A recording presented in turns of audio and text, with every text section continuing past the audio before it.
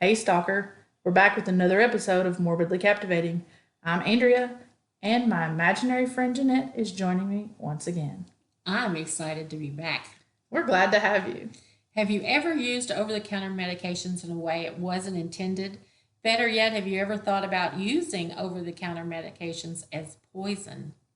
Today's case, as you might have guessed, is about an over the counter medicine, something you might consider insignificant since it isn't a painkiller or even a sleep aid. It's something you wouldn't think of as a poison. Was it an accident? Maybe a prank? Was it payback gone wrong? Or was it murder? Stephen Delvell Clayton was born on May 1st, 1954 in Miami Beach, Florida, and spent his early years in Hialeah and Miami Springs. He was a graduate of Miami Military Academy and Miami Springs Senior High School. Stephen was a celebrated athlete in track field and Greco-Roman wrestling. He worked his way through college as a construction laborer, plasterer, and received his BS from Florida State University in 1976, going on to become a certified public accountant. At the start of his career, Stephen worked in finance for Holy Cross Hospital in Fort Lauderdale, Florida. In the 1980s, he was founder, president, and CEO of Physical Therapy Resources, a national company with branches throughout the United States. Physical Therapy Resources was a highly successful multi-million-dollar physical therapy business. He targeted sports injuries. He fully retired at the age of 40 in 1995 and began to pursue his passion for world travel. In 2010, Stephen met a woman named Lana online. Although Stephen had been married and divorced 6 times, he and Lana got married in 2013. According to Chris Fagan, Stephen's nephew, Stephen loved being in love, even though it didn't always work out well for him. As for Lana, this was her second marriage. Lana was a Veterans Affairs nurse in Charlotte, South Carolina. Later, lawyers in court said that she was abused as a child, raped on a military base, and suffered from post traumatic stress disorder. Stephen's family said they were happy with Lana. Stephen's sister, Rosie Clayton Leslie, said that Lana would be there for her brother. She sensed that her brother loved his wife very much and that she loved him very much. She went on to say, God forbid something should happen. He should fall ill. So, what do you say about him being married how many times? Seven. 7 times. Seven. It's a lot. Quite a few. A few. But, I've known people who've been married 6, 7 times. Maybe the act of getting married. We're not going to name any names, point fingers. But maybe the act of getting married was, more important than actually being married. I think if you've been married that many times, at that point, it just doesn't really matter anymore. Whatever floats your boat. Stephen and Lana lived on waterfront property worth more than $1 million. The house alone was worth $822,000 on the Island Forks Road in Lake Wylie, South Carolina. The home was modeled after President George Washington's Mount Vernon estate. Stephen had over $1 million in other assets. You might say that they appeared to have it all, but appearances can be deceiving. While the couple appeared happy and in love to most outsiders, Dr. Nan Say claimed it was all a facade. Dr. Say is a veterinarian who took care of the dogs at the Clayton mansion. She said they were not a loving couple and often wondered why they got married. In her words, it was strange. The simplest thing was that Lana did not speak when Stephen was in the room. Then, Dr. Say revealed a bizarre incident that took place in their bedroom in 2016. Lana said she accidentally shot her husband in the head with a crossbow while he slept. An incident report states that on May 30th, 2016, Lana Clayton went to the York County Sheriff's Office to tell deputies that she had shot her husband earlier that morning. She told officers that she was downstairs in their home, quote, trying to load the crossbow, and was having difficulty with it. I'd say accidentally, air quotes. With the crossbow. With the crossbow, right? Lana told police she went upstairs and found Steve sleeping. When she decided to move to another bedroom, the crossbow accidentally went off and the arrow struck Steve in the back of the head. The report stated that Lana said he woke up yelling and bleeding from the wound. The police went to the Island Forks Road home and Stephen told them he was fine and the shooting was accidental. Could you see him like an arrow like sticking through his head, like one of those Halloween costume props. I'm Like, I'm fine. fine. It's I'm fine. fine. Everything's fine. Just blood everywhere. It's no big deal. It's never the loaded ones that hurt anybody. No, never. It's always when it's not loaded or A crossbow accidentally went off. Okay. Who even owns a crossbow? Your father. Does he really? Yeah. Oh, okay. Didn't know that. I'm going to go in there and have a look at it later. 2 years after the crossbow incident, on the morning of Saturday, July 21st, 2018, Stephen Clayton lay dead at the bottom of a staircase in their South Carolina home. Lana told officers that she had checked on Steve around 11 that morning and that he was sleeping. She made sure he had water, his medicine, and other things next to his bed, and she went outside to mow the grass. Steve, according to Lana, had been suffering from vertigo for several days and had not left the upstairs bedroom much during this illness. She came back in from outside and found him, quote, face down in the foyer at the foot of the stairs. Lana immediately became hysterical, distraught, and ran out of the home towards the road. She was able to wave down a motorist, James Blackledge. Lana asked him to call 911 and he did. He told the 911 dispatcher, I was just riding by and a woman came running out and said her husband fell down the steps and she thinks he's dead. Like a chicken with its head cut off, Lana ran across the street to a neighbor's house.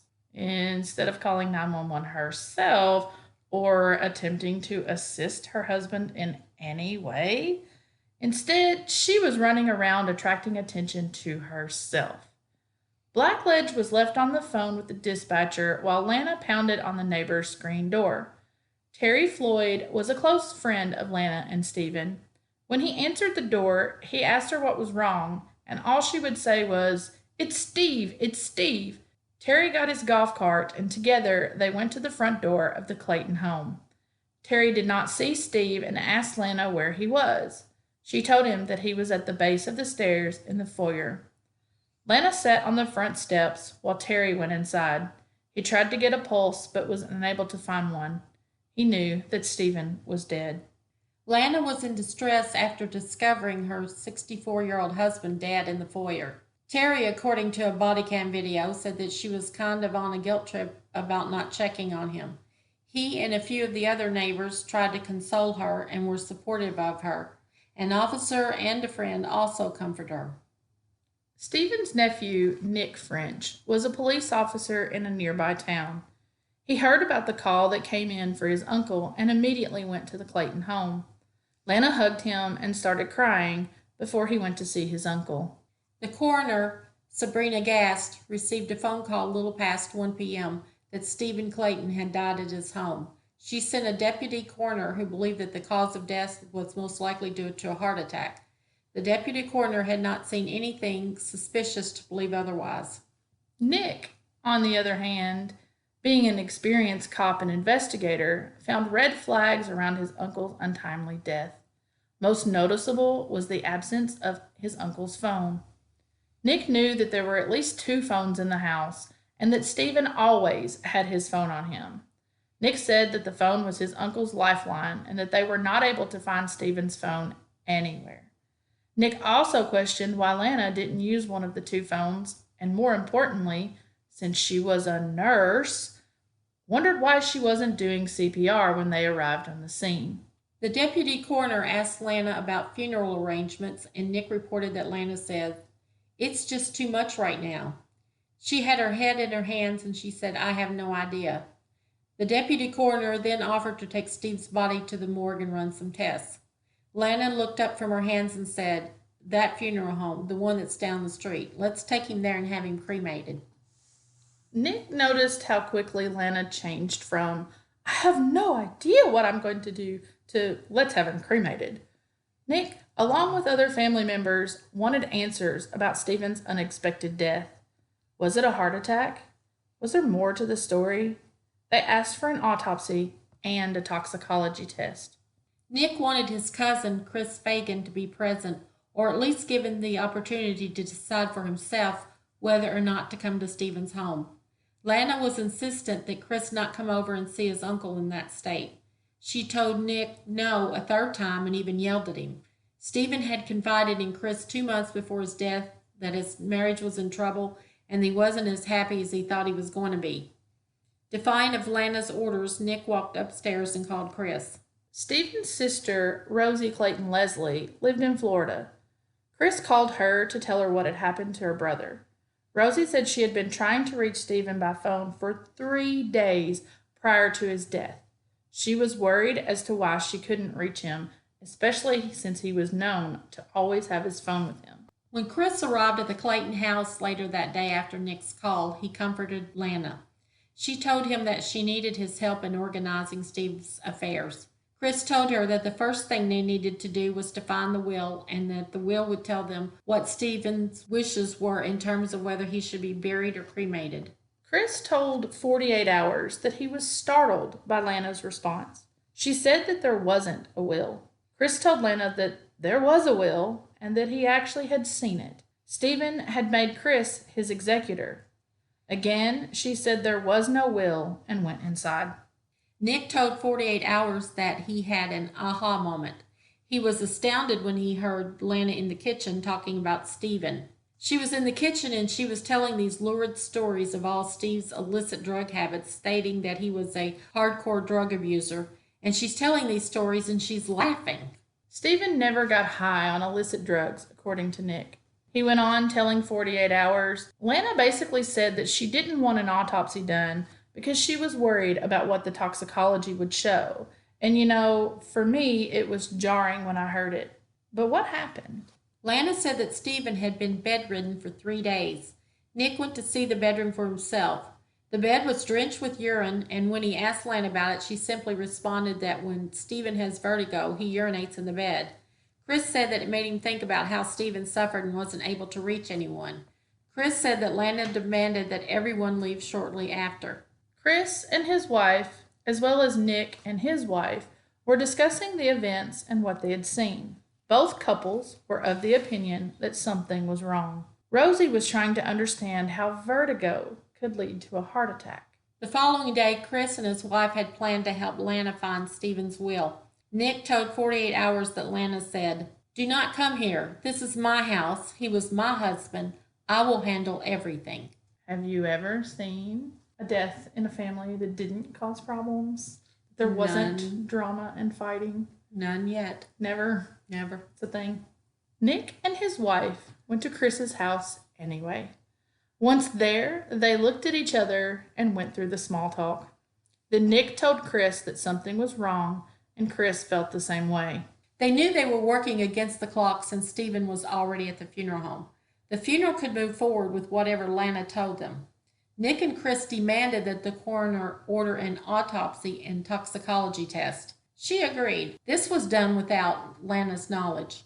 The autopsy confirmed that Stephen did not die from a heart attack. The coroner looked at the chest, heart, and lungs, and there wasn't anything suspicious with the autopsy.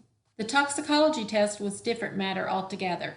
First and foremost, there was no evidence of hardcore drug use. So if Stephen didn't have a heart attack and didn't die from drugs, what caused his death? The toxicology result revealed the presence of a poison, tetrahydrozoline. I can't say that word. Whatever, we're moving on. This is a chemical found in eye drops and proved to be a significant revelation. The forensic toxicologist determined that the cause of death was poisoning. However, there were still questions. The coroner asked, was it an accidental overdose? We don't know that. Was it a homicidal overdose? The forensic toxicologist responded with, his mobility is limited, he's incapacitated, and it will cause respiratory depression, which then causes death. So he's poisoned with eye drops. I didn't know you could be poisoned with eye drops. That's why they have all those toxic warnings on every medicine. You know, my brother-in-law. I've never read them. My brother-in-law accidentally got eardrops in his eyes one time accidentally, and it was a big deal. Did it make him go blind? And it made him really sick. Really sick? Mm-hmm. Like sick how? Eye sick. The coroner saw tetrahydrozoline on the toxicology report and was not knowledgeable of the chemical and had to look it up. Most likely she wasn't familiar with it because it wasn't something normally found even in homicides. Eye drops is the common ingredient in Visine. It is used to alleviate red, itchy, and irritated eyes because tetrahydrozoline constricts blood vessels. Red eyes are caused by swollen blood vessels in the eyes. Eye drops are never meant to be ingested. It's for topical use only. Not only did Stephen's toxicology report show tetrahydrozoline in his system, it was a large amount. The forensic toxicologist was aware of the many ways it could be abused. It's colorless, odorless, and tasteless. Wedding Crashers is a 2005 movie where two main characters, John and Jeremy, collaborate to spike the drink of their rival Sack with eye drops in order to sicken him.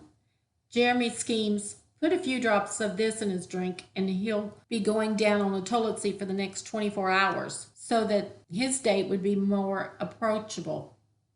Scenarios such as this one and high-profile entertainment seen by millions of viewers have initiated a number of copycat crimes where victims are intended to be injured, killed, assaulted, or have a practical joke played on them. Pranksters have been misinformed by urban myths with the idea that Visine spiked beverages would result in only diarrhea. Legends passed on by bartenders and prostitutes speak of this malicious spiking of drinks to punish those who failed to tip or to incapacitate unruly, harassing customers. The truth about eye drops, if taken internally, this drug acts as a potent high blood pressure medicine. When consumed, there are several symptoms, but they don't include diarrhea. Symptoms do include difficulty or halting of breathing, blurred vision, high blood pressure followed by a sudden drop in blood pressure, headaches, dizziness, seizures, and in severe cases, falling into a coma. The findings by the forensic toxicology warranted a phone call to the sheriff's office. Then a conversation was needed with the solicitor. Solicitor Kevin Brackett acts as the prosecutor in York and Union counties in South Carolina.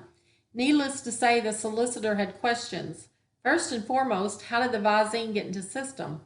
The coroner was not able to answer, so the coroner called Lana in for an interview.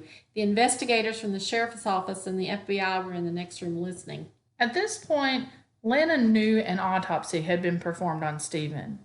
When the deputy coroner asked her about how Stephen used Visine and how frequently he used it, Lana replied, Somebody one time told him Visine would help him go to the bathroom. He put like 2 drops in his coffee and it made him go to the bathroom. The coroner told Lana they were going to go over the toxicology report, specifically the drug called tetrahydrozoline. Lana responded that it was his Visine. The coroner knew that Lana knew exactly what the drug was, not only by her response, but on her face. At that point, the investigators who were listening in a nearby room entered the room, surprising Lana.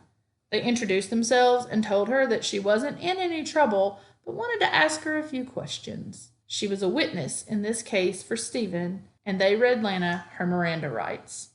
Lana told the investigators that she wondered if Stephen tried to commit suicide, that he had a mood disorder, and that she always walked on eggshells. She also said that she didn't know what Stephen she was going home to, or if was angry. When asked what nasty Steve was like, she said he was really verbally abusive, calling her names stupid and bitch. However, when Lana stopped the interview and returned to the mansion, the investigators followed her home. Lana spoke to the investigators at the mansion. She apparently gave up on her stories and confessed. I had this little table set up next to the bed with his tissues, his urinal, his, medications, his Visine, and I just saw it.